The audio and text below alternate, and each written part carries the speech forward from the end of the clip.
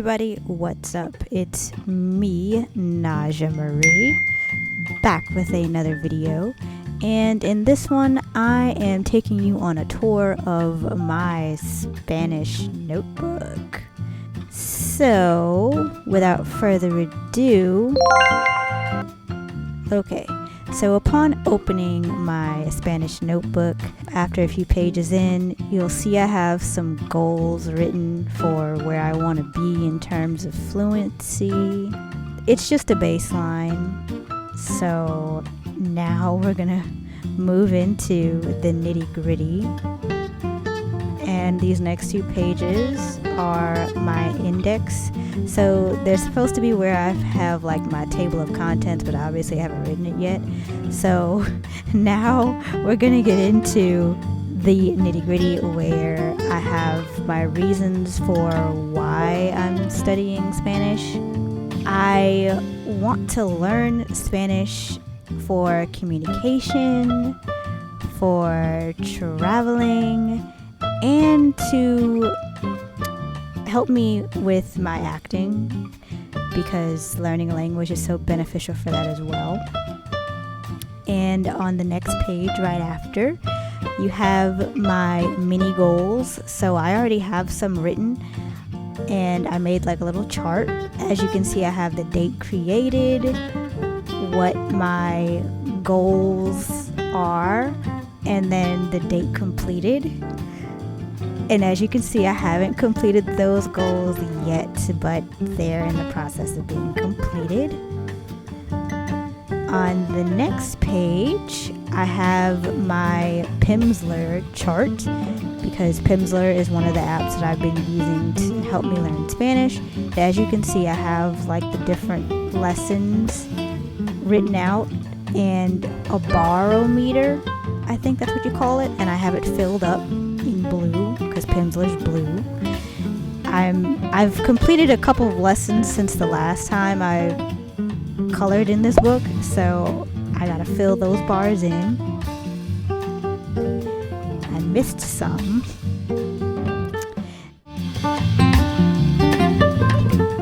On the next page is my Memrise chart, specifically for España.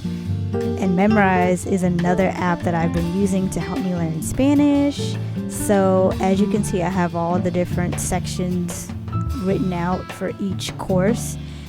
I've completed most of these since the last time I actually wrote in this notebook, so I have to fill those spaces in. And I've made it all the way up to the sightseeing section. So this is just what's in course 1. And I have course 2, course 3, course 4, course 5, course 6, and course 7. And then next I have the days of the week. I have the days of the week, obviously, and words and phrases that correspond to telling the date. And I have those written right below the days of the week.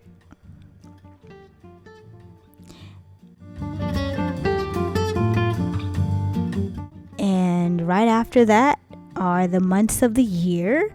As you can see, I have the months written. And then I have them highlighted in different colors so I can tell them apart, as well as more words and phrases that correspond to the months of the year. And then on the next page, I have Netflix vocabulary. So basically, if I'm watching a Netflix show that's completely in español, I will have the Spanish subtitles, and I will literally be like writing out words and phrases that I don't know just quite yet. Like I'll look them up and write them down, and as you can see, I have another couple of pages worth of words and phrases that I don't know, so I have to finish those. I have a lot of unfinished pages here, as you can see.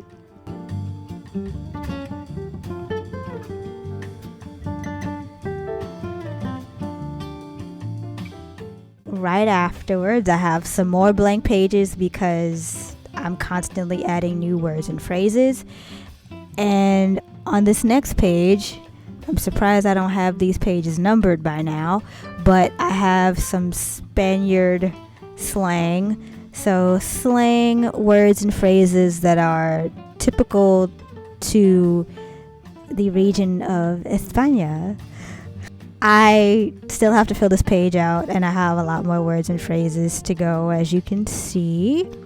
And then right after that, I started listening to a bunch of Spanish music and finding songs that I really gravitate to. So one of those songs is Sencillo by Aki, and it translates to single. So I have the Spanish lyrics written on one page, and then afterwards I have the English translation, or at least a loose English translation from what I was able to gather from my own research. I still have to finagle the lyrics to in English form that's easily singable, if that makes sense. For all of the words and phrases that I don't understand, I made a little word bank for those as well, and I look up the words and the meanings and write them down to give me like a better context of what the song is about. And if you guys haven't actually checked out Aki, you should totally do that. Their songs are bomb, and they're probably going to be in the next video that's in this series, so you should totally check them out. Right after that, I have some more words and phrases, and then on the next page I have some notes from Let's Speak Spanish, and they're a website that has like Spanish charts and lessons and stuff like that, and they even have like a Let's Speak Spanish podcast. So if you haven't checked them out on Spotify or Apple Podcast, you totally should. I would advise that you probably should download their transcripts before listening, because everything is in español. So if you're still fairly new, download the transcript so you can actually understand what it is that they're saying. Otherwise, you're going to be lost. And then right after this is I have like more notes from their slide presentations that they have on their website. I forgot what they're called. I'll have the term for it in the video somewhere, but I have notes from their resource sheets. That's what they're called. They're called resource sheets on their website. So I've been looking through their resource sheets for each level of fluency. Those are my notes for A1 fluency, because that's where I am right now currently. And as I said before, I want to get to B1. And yeah, that's pretty much my Spanish notebook so far, or my Spanish bullet journal. I think that's what it's called.